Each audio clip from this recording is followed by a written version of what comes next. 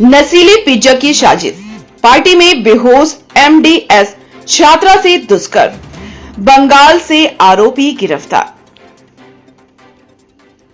राजधानी रांची से एक गंभीर और चिंताजनक मामला सामने आया है, जहां जन्मदिन की पार्टी के दौरान एक एमडीएस छात्रा के साथ दुष्कर्म की घटना को अंजाम दिया गया।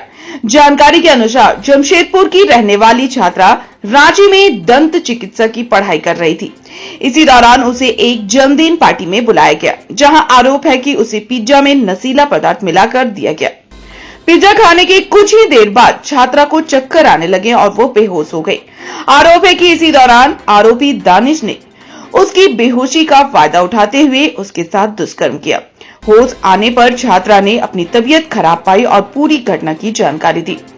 इसके बाद तुरंत उसे ऑर्किड अस्पताल में भर्ती कराया गया, जहां इलाज के दौरान उसने पुलिस के समक्ष अपना बयान दर्ज कराया।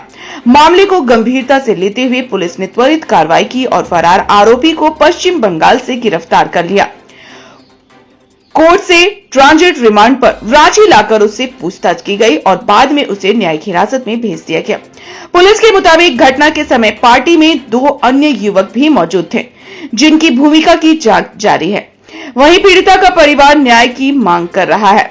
यह घटना एक बार फिर समाज में सतर्कता और जिम्मेदारी की आवश्यकता को उजागर। तारीख को लेट नाइट पुलिस को सूचना मिली थी कि एक जो महिला है हॉस्पिटल में उनका एडमिशन हुआ है और उसमें उनके द्वारा उनकी एक फ्रेंड है उनके द्वारा इनफॉर्मल चैनल से रात 12 तारीख की रात को पुलिस को इन्फॉर्म किया गया था कि ऐसी एक महिला है जो बलात्कार की शिकार है। उसमें रात को ही जो पुलिस की टीम है उन्होंने जो महिला है उनको कांटेक्ट करने का प्रयास किया। तो रात को जो विक्टिम जो है उनकी हालत स्थिर नहीं थी और विक्टिम के द्वारा बोला गया कि आप मैं बेसिक डिटेल्स आपको बता देता हूँ। और आप उसके बाद रात को 12 तारीख की रात को ही पुलिस की मल्टीपल टीम्स का गठन किया गया।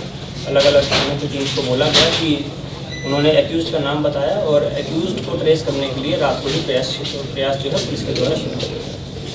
13 तारीख को सुबह जो महिला हैं उनको वो थोड़ी स्थिर कंडीशन में थी, उनका बयान लिया गया और उसके बयान के आधार पर रांची पुलिस के द्वारा इसमें एफआईआर दर्ज की।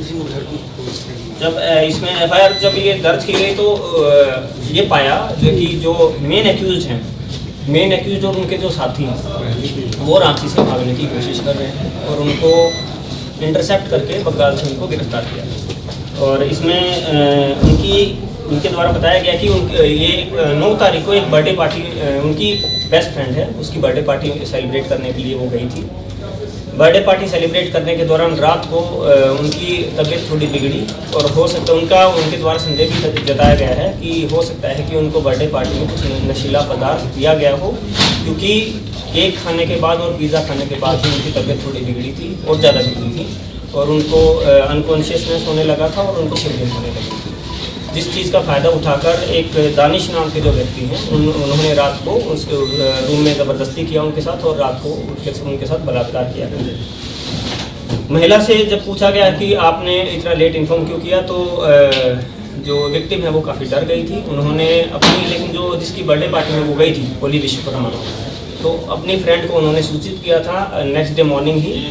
हालांकि उन्होंने भी उनको यही बोला कि आप पुलिस को संपर्क मत करिए, इसमें बेइज्जती हो जाएगी या जो भी अलग अलग तथ्य अलग अलग एक्सक्यूज़ लेके उन्होंने इसको विक्टिम को मैनिपुलेट करने की कोशिश करी कि आप पुलिस को कांटेक्ट मत करिए। और उनके द्वारा और भी ऐसे हमारे पास एविडेंस सामने आए हैं जिसमें जो ओली विश्वकर्मा जो हैं उन्होंने एविडेंस छुपाने की कोशिश करी है और उनका जो कनाइवेंस है इस क्राइम में उससे इनकार नहीं किया जा सकता है। ओली की जो ये बर्थडे पार्टी थी उसको होस्ट करने वाले उसका ओली का एक बॉयफ्रेंड है शादाब ने ये पार्टी होस्ट करी थी। वो अभी गिरफ्त से बाहर है। उनकी जो इस क्राइम में कनाइवेंस है उससे भी अभी तक इनकार नहीं किया जा सकता है, तथापि वो फरार है। जो मेन जो एक्यूज है दानिश, जिन्होंने इस घटना को कारित किया, और उनके एक साथी हैं फहद का भी काफ़ी रोल इसमें आ रहा है और फहद का भी जो एविडेंस को छुपाने में उसका रोल आ रहा है। साथ ही साथ इस क्राइम को फैसिलिटेट करने में भी फहद का रोल आ रहा है।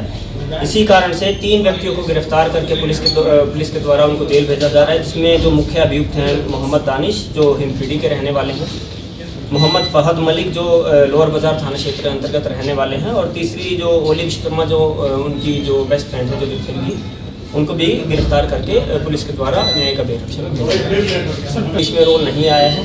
हालांकि इसमें जो ओली विश्वकर्मा जो है वो इसकी काफ़ी अच्छी दोस्त है विक्टिम की, और ओली विश्वकर्मा का जो बॉयफ्रेंड है जो शादाब है, तथा उसके जो ये जितने बाकी जो ये अलग अलग दोस्त हैं, इनमें से जो मेन एक्यूज है वो भी शादाब का एक अच्छा दोस्त है।